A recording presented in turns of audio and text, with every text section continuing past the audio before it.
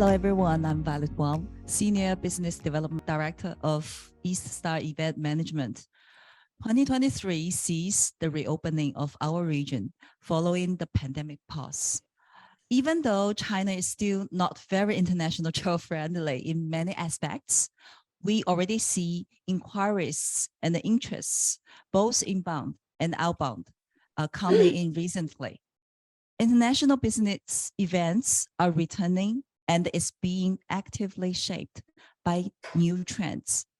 Over the past 3 years, there are certain things being changed which will impact future business model, and we feel it's our duty to share with our INCON partners the latest updates. Here we outline some must-knows that you should know before planning your events in China. It is the first time that East Star China have the opportunity to share our knowledge at this learning session. So thank you, Angela, for having us on this board. At East Star, we do cover full scope of my services, such as PCO, DMC, event agency, exhibition space constructor, as well as incentive house, inbound, domestically, and the outbound. My role is mainly for inbound business. And today I have colleagues with outbound needs as well as overall vision of the market intelligence. So let's start from must-knows for your initial plan of an event to China since 23. What has been changed in the past 3 years in silence? Visa. Since I think everyone, is more curious to learn this part. Indeed, since April 1st, China resumed all types of visa applications, including tourism visa since April 29th. Most PCR test requirements are cleared up. That means all travelings and events are back to norm officially. But most visa applicants from Europe and USA are complaining, still very complaining, the visa process of submitting all the personal information. So much in details, and there are many phrases that are not internalized yet.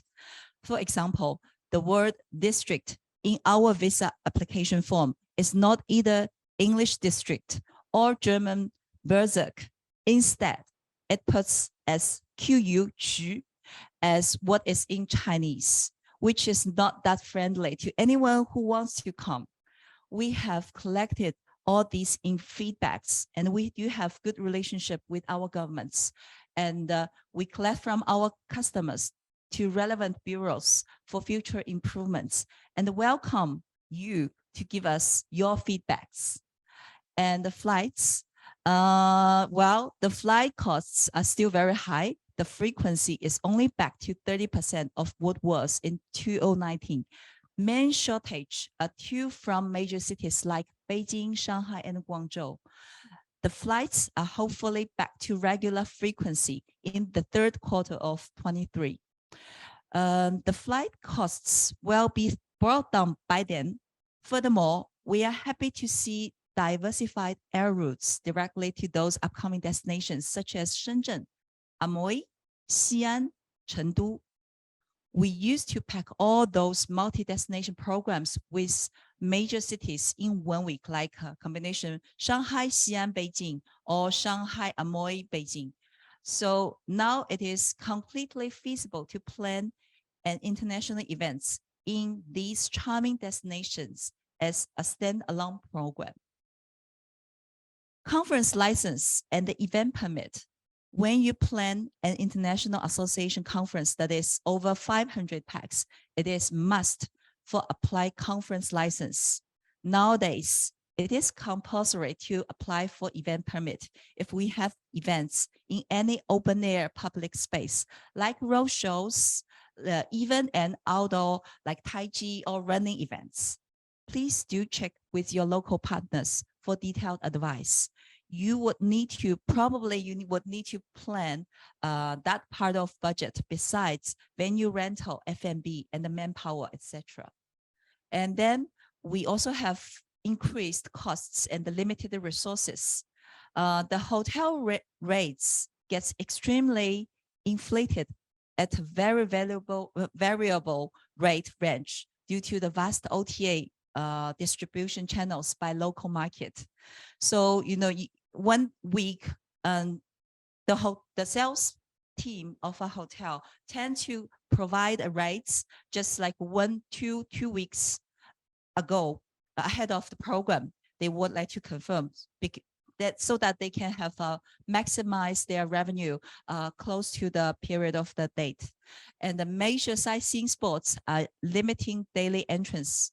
50% of it used to be, like for example, the Forbidden City allow only 30,000 visitors a day versus 80,000 in the past. Over the past 3 years, many restaurants are closed due to the pandemic. In the meantime, there are more high-end restaurants opening up. So that means there are less middle-class venues, and the average rates are increased by 20 to 30%. Many free markets are closed also in the past 3 years. So that made China a less valuable destination than other Asian countries. China is probably the most fastest growing country in e-commerce and the digital payments. The coverage of digital payments are almost 98% or more. Most people are used to use digital payments instead of cash, including my parents' generation. And within the past 3 years, extreme personal data tracing expansion, it is almost 100 coverage of digital payments everywhere, and the vendors and the stores now is really used to the cashless payment. So that means it's difficult for the tourists getting in our destination.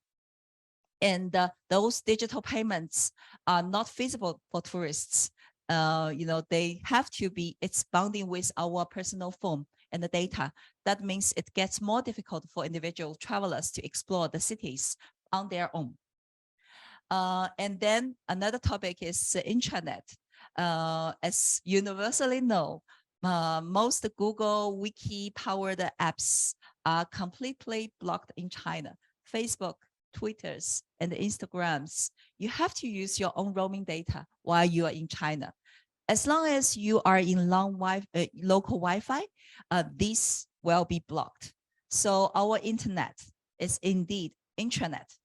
However, here at ISTA, we do provide CDN service to our client to ensure the connection stability.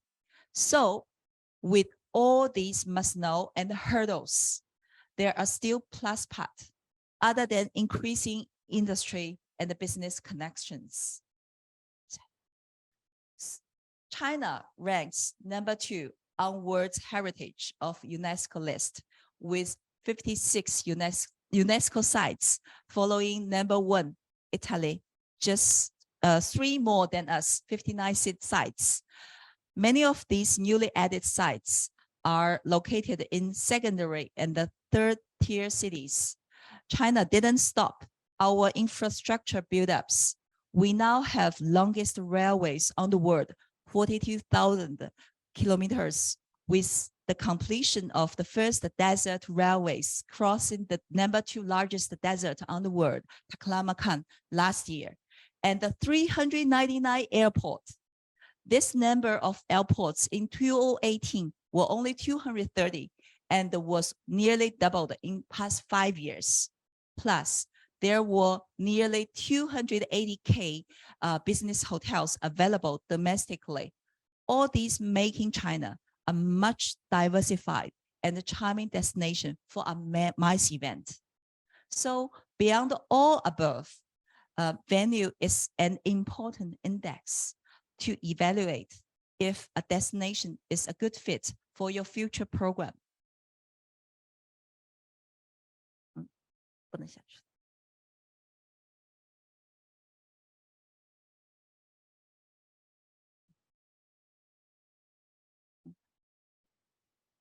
Venue capacity is an important element for the exhibition industry, and resulting economy development generates.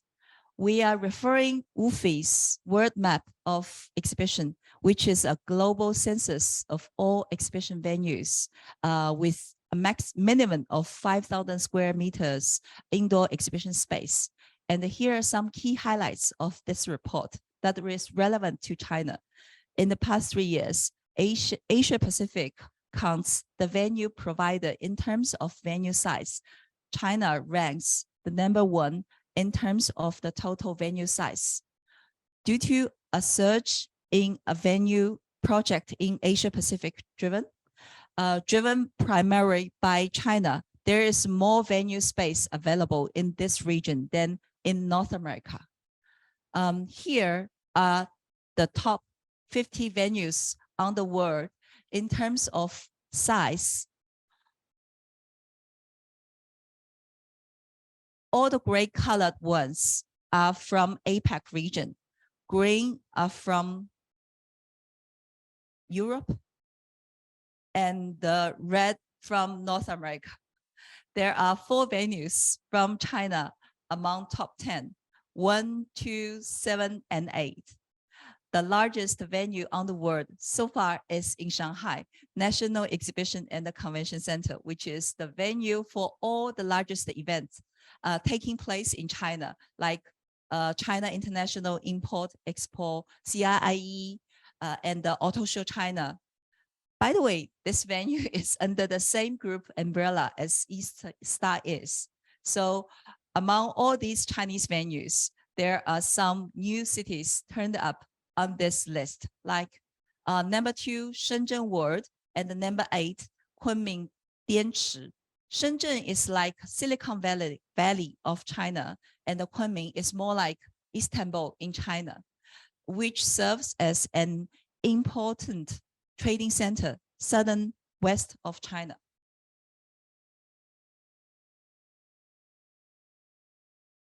China ranks the #1 in terms of the space supply, which is much less numbers of the venue versus USA, which means there are more mega venues in China than anywhere else. And China alone supply over 78% of the venue spaces regionally, and right after Europe, while more spaces are being planned in these 5 years, in the coming 5 years. Many of them are being planned and built in those secondary and third-tier cities, those upcoming destinations. So you might wonder how this space could be filled up without international events being away completely over the past 3 years. And what is the outlook and the business opportunities planning your clients' events to China? Here, I have my colleague, Una Wang, International Project Director of our exhibition division, who is in charge of our exhibition and the expo business, both outbound and domestically, to share her observation on mega events that are taking place in China. Hi, thank you for having me, Violet, and thank you for your hard work with me. And my name is Una. I will be your tour guide for the next few minutes. And before we start, I want to know how many of you have visited China before. You know, no matter at your like holiday vacations or business trip, and what's your first impression of China? Please share your experience with us during the Q&A time, and I would like to start today. Let's take a look at China. Here's the map that shows the 3 important areas, major cities in the exhibition events industry. We can see the golden circle around the Bohai Bay, and you know, which the convention exhibition economic and led by Beijing. You know, it's our capital, and it's very famous with you know, all the economic and important stuff. And you know, with Tianjin and Yantai, even Langfang, it's not that famous, but based in this Bohai Bay, it have a strong strong area. And, the following blue circle is the east side of China, with the first famous magic city, Shanghai, as our team is based. The economic strength of the Yangtze River that supports the exploration. As I will be getting more focused on Shanghai and with some tips. The green circle is the hardest area in China. Yes, I'm talking about Guangzhou, because even you never visited China, but you must hear the Chinatown around you, and even you never been here for some taste, but you must smell the Cantonese food around that area.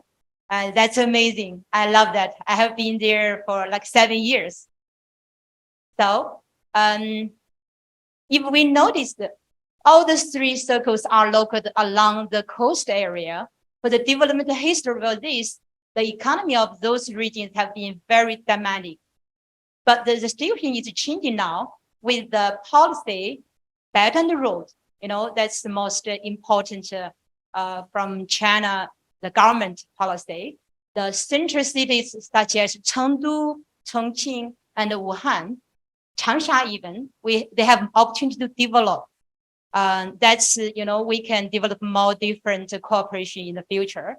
Let's start with the scale and trend to get the first impression.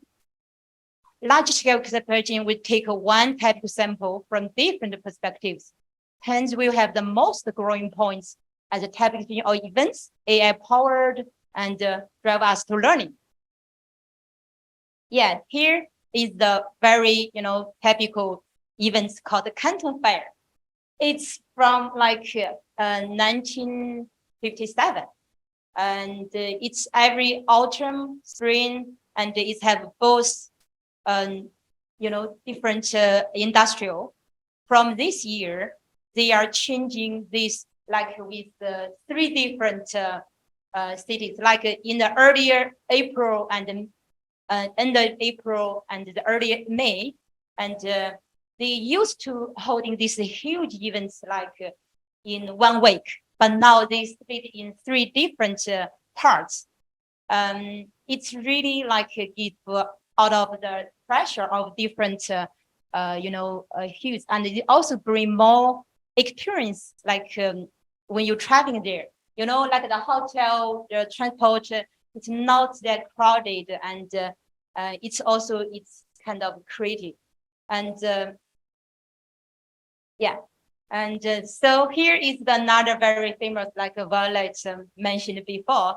It's called CIIE, and CIIE is also over it started 2018, and it's the 6th this time, and we also have the most green points as the type of events, and CIIE it's quite popular, and also we can notice about the service part. It can link with the Hall 8, and it's in different industry. The service industry is growing in China, and it's mean we can get more different opportunity with our teams. And so the national exhibition and the convention center Shanghai, Viola mentioned, it's the largest in the world. Do you know it also has a nickname? And I asked GPT-4, he don't know. Maybe they don't know. And but I have this 四叶草, which is a 4-leaf drop cloud. It's a lucky sign. It's considered of luck in the Western culture, and which leaves responding hope, faith, love, and happiness. And with this very unique design, this venue can holding the huge events, and can be accessible for our exhibitors and visitors have a very good experience here in Shanghai. So the industry coverage in the China with Shanghai, and you can see from the all the different numbers and with the areas, and for this data is based on 2022. Shanghai is not on the top one. Actually, Shenzhen, to be surprised, Shenzhen, they also have a quite huge and new. It's quite a huge and new venue, and it's like developing along with Guangzhou. It's kept over to Shanghai, and yeah, the industrial coverage it's popular with health and automobile and AI power, even sports and all the arts, and we can learn in the following. Here is our International Film Festival, and it's launched in 1996. It's not only the first international. It's for the next one. It's the Shanghai Biennial launched in 1996. It's not only the first international biennial of contemporary art on the Chinese mainland, but also one of the most influenced in Asia. In this, you can see the picture. It's 2020, and it's created a virtual online, and you can like turning around and see. It's like look like a water, because the theme of this year is like a body of water, and it's fluid, and it's also invite international artists. I think who's from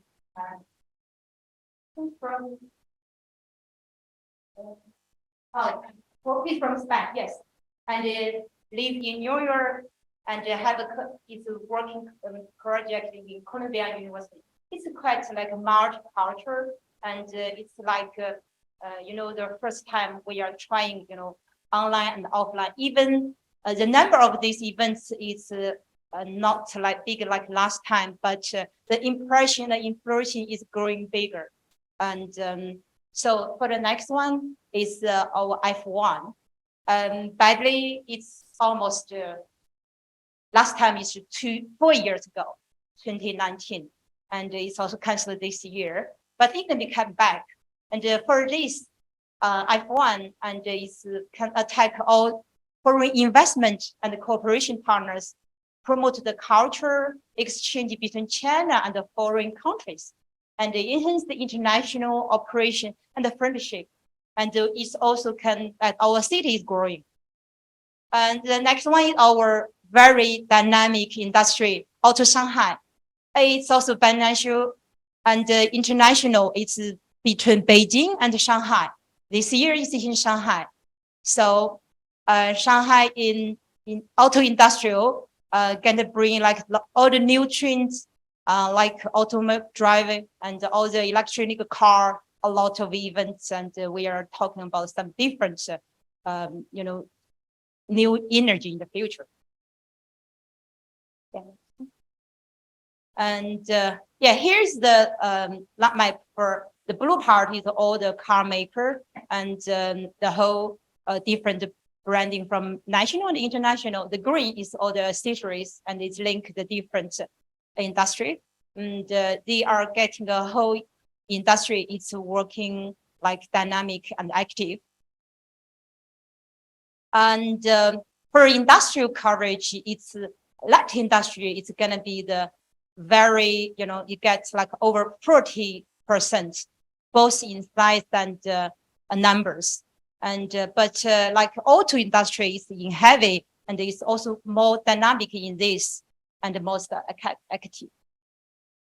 The last part is internationalization and the localization, and the consumer electronics shows CES, which handled like 5 or 6 times in Las Vegas, and like this symbol is most like remarkable. Every time when you go to the central hall, all recorded bring you like back to the most familiar. And like in China, we also have CES China and Shanghai, but it didn't act like 2019. And yeah, that's international. They are trying to work in China. I know we are still like both, learning. And AWE is another way, and it's also like a consumer electronic and influx in China. And IFA is another very famous in Europe. And here's another like medical. Everyone knows the medical in German, and our house is held in actually worldwide. It's here is our house, but like INCON, and they are doing like international and traveling and in different area. And same you have most located in China, but they all have like in international traveling, both in China, like Shenzhen and Shanghai, and twice a year. Here is our industrial trade show. Is also held in with our team and the LG group, and it's like very. I think it mirrored like Dusseldorf. It's German, and it's also growing very, like dynamic with this industrial, and we are learning a lot from him. And another very special one is Hainan, and I think everyone is learning or hearing about this. By 2025, they're going to close this airline. It's not like zero tax for this, zero free. And that's a new policy. And you can find some new business opportunity here. And in business here in the land. And so, yeah, next page. Yeah. Yeah. Okay. Here's the opportunity of the challenges. That's since last 10 years, different countries. And, we linked the most 10 popular countries, the Chinese, our brand to going abroad to doing different trade shows. And even like 2020 or 2021, it's not that easy for us to go out, but we're trying to find more. And thank you for joining me on this tour of Chinese exhibition events industry. I hope you learned something new today. And I will have our marketing and sales first done. And thank you. Thank you. Oh, thanks, Una and Violet. Good morning, Angela and friends online. My name is Forrest from the Sales and Marketing Department of Easter Star. I will use a few minutes to analyze the 2023 domestic of our tourism sentiment. First, in the past, China's May Day Labor holiday. The achievement of the domestic tourism is extraordinary. According to the statistics from the Ministry of Culture and Tourism, a total of 274 million tourists traveled in China, and the total domestic revenue reached 148 billion yuan. So on a comparable basis, it recovered 100.66% over the same period in 2019. But how about the China's outbound tourism? That's not very good. Due to the logistic challenges to be solved, for example, the international flight capacity and pricing, as well as the visa process for countries that requires this from Chinese citizens, the outbound tourism industry is not as good as we expected. But the good news is, after only 3 months into reopening, the recovery is speed up.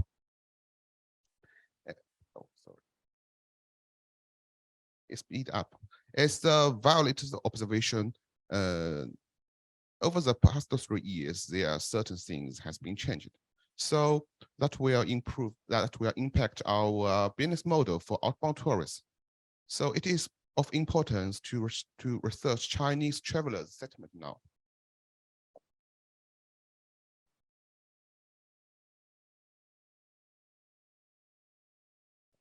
We have 6 recommendations for the outbound tourism industry. The first is travel plan for the 2023 are still largely undecided. As the research, 26% of our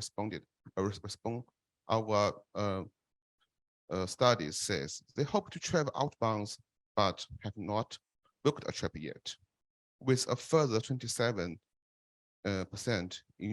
unsure as to whether or not they will travel outbound before the end of 2023. Secondly, the safety is still the biggest concern holding back Chinese travelers. Unlike the limited time or money, safety concerns are something that can be addressed directly by tourism brands. Safety, stability, and friendliness should be more core message in both consumers and the trade market. What's next? Food, landmarks, and local experience are top reasons to travel. When asked about their purpose for traveling abroad, trying local food and visiting landmarks was a top priorities. They hoped to experience more local life. The fourth one is Asia is still the leading destination, and the Northeast Asia destinations have remained popular. Despite the restriction, 75% of the travelers said they still plan to visit Asia destination in 2023. Hong Kong, Macau, and Thailand is at the topping list. Northeast Asia were ranked highly among global regions for further travel prospects, and Japan, South Korea took the fourth and the fifth slots on the list of the intended travel destination for 2023. What's next? Full service products are still in demand. Although independent travel have been on rise for some time, and more than 60% of the survey respondents said they would opt for full service products that includes visa, flights, accommodations, and a tour guide. So there is still much opportunity for travel agents and tour operators to attract the Chinese outbound market with the right product. At last, tried and the tested advice for the hotels still remains relevant today. Many recommendations for hotels shopping to cater the Chinese market remains the same as the years or even decades before. Consumers place the high value on hotels that have Chinese-speaking staff, electricity kettles, hot water, and a Chinese breakfast. So at last, to the upcoming summer vacation season, as circumstance keeps improving, the data from East Star, more potential outbound tours have been booked, especially MICE Group and Exhibition. We have confidence Chinese outbound tourism market is still the largest and highest spending in the world. Thank you. All right. So I think that's the closing of our presentation.